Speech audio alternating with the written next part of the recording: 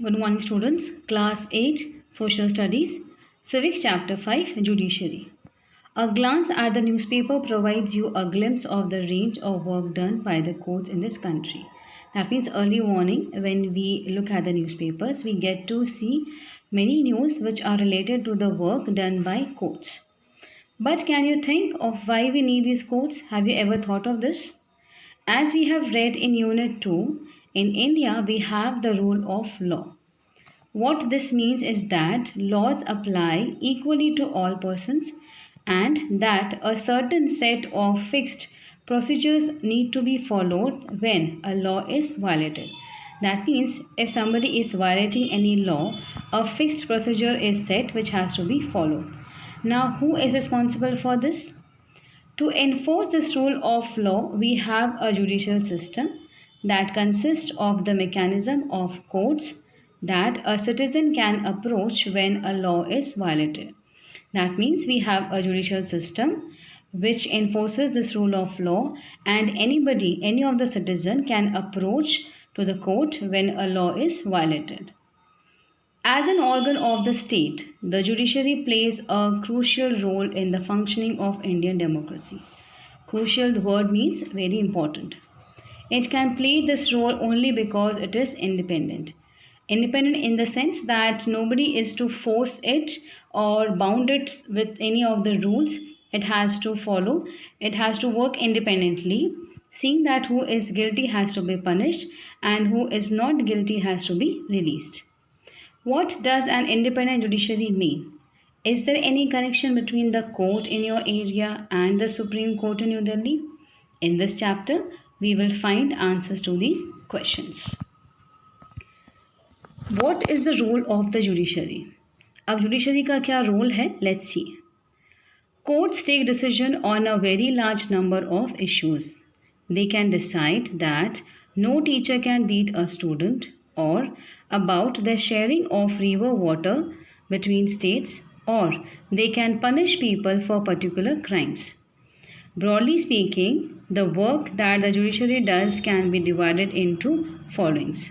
That means again we have different levels of the judiciary to work accordingly. The first level is of dispute resolutions. The judicial system provides a mechanism for resolving disputes. Disputes mean having conflicts between two groups or two parties or two persons, we can say. Between citizens and the government, between two state governments, and between the center and the state governments. That means these kinds of disputes are being resolved by the judicial system. Judicial review.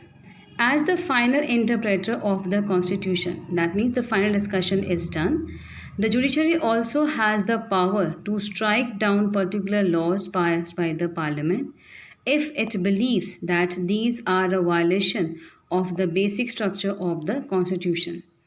That means if the judiciary finds that the law passed by the parliament is not in favor of the structure of the constitution, they can strike it down.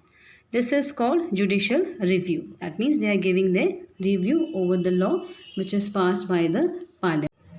Upholding the law and enforcing fundamental rights. Now the first three lines here states that if a citizen finds that his fundamental rights have been violated, he or she can approach the Supreme Court or the High Court.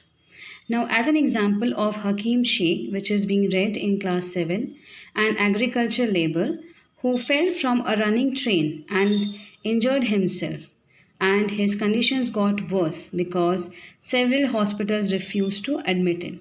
Maybe they thought that he is a poor man, he won't be able to pay the fees or the other charges of the hospital, so they strictly refused. On hearing his case, the Supreme Court ruled that Article 21, which provides every citizen the fundamental right to life, also includes the right to health. So, it therefore directed the West Bengal government to pay him compensation for the loss suffered as well as to come up with a blueprint for primary health care with particular reference to treatment of patients during an emergency. That means court has asked the West Bengal government to pay him compensation. Compensation means the amount of money which is given in reference to the loss he had so that it can be covered up. And they were also asked to come up with a blueprint that would be related for primary health care with particular reference specially for the treatment of patients during emergency. It's named as Paschim Banga Khet Mazdoor Samiti versus State of West Bengal 1990. What is an independent judiciary? Now let's imagine a situation in which a powerful politician has encroached on land belonging to your family. यानी उन्होंने ज़बरदस्ती कब्ज़ा कर लिया है उस land पे जो आपकी फैमिली को बिलोंग करता है.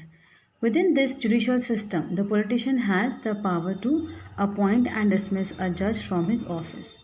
Now, according to the judicial system, जो यहाँ है इस सिचुएशन के अकॉर्डिंग पॉलिटिशियन के पास पावर है to appoint and dismiss the जज फ्रॉम हिज ऑफिस. और इसके अकॉर्डिंग जब आपका केस उस जज के पास पहुंचता है ही clearly partial his you can say he is clearly partial to the politician. That means he is taking the decision in favor of the politician. The control that the politician holds over the judge does not allow for the judge to take an independent decision. अगर इस तरह का power politicians जजेस पे रखेंगे तो वो independent decisions नहीं ले सकते. This lack of independence would force the जज to make all judgements in favour of the politicians. इस तरह से अगर वो सारे जजमेंट्स पॉलिटिशियन के फेवर में जाएंगे तो जो कॉमन पीपल हैं जो एक्चुअली में प्रॉब्लम फेस कर रहे हैं उनके साथ गलत होगा. Although we often hear of rich and powerful people in India trying to influence the judicial process, कई लोग ऐसी कोशिश करते भी हैं, आज भी ऐसा होता है. The Indian Constitution protects against this kind of situation by providing for the independence of the judiciary.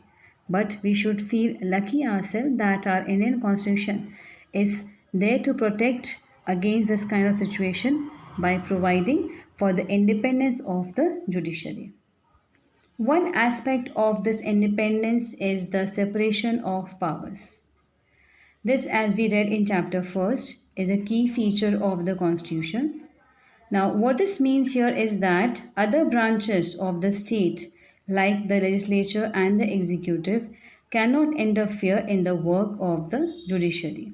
They are prohibited to do so.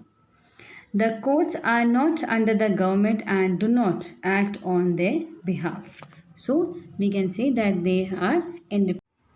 For the above separation to work well, it is also crucial that all judges in the High Court as well as the Supreme Court are appointed with very little interference from these other branches of government.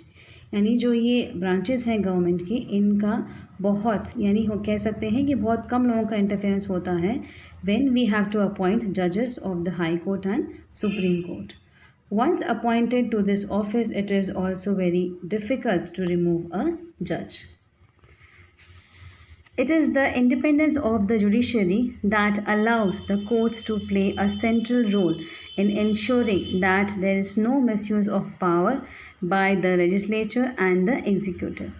It also plays a crucial role in protecting the fundamental rights of citizens because anyone can approach the courts if they believe that their rights have been violated.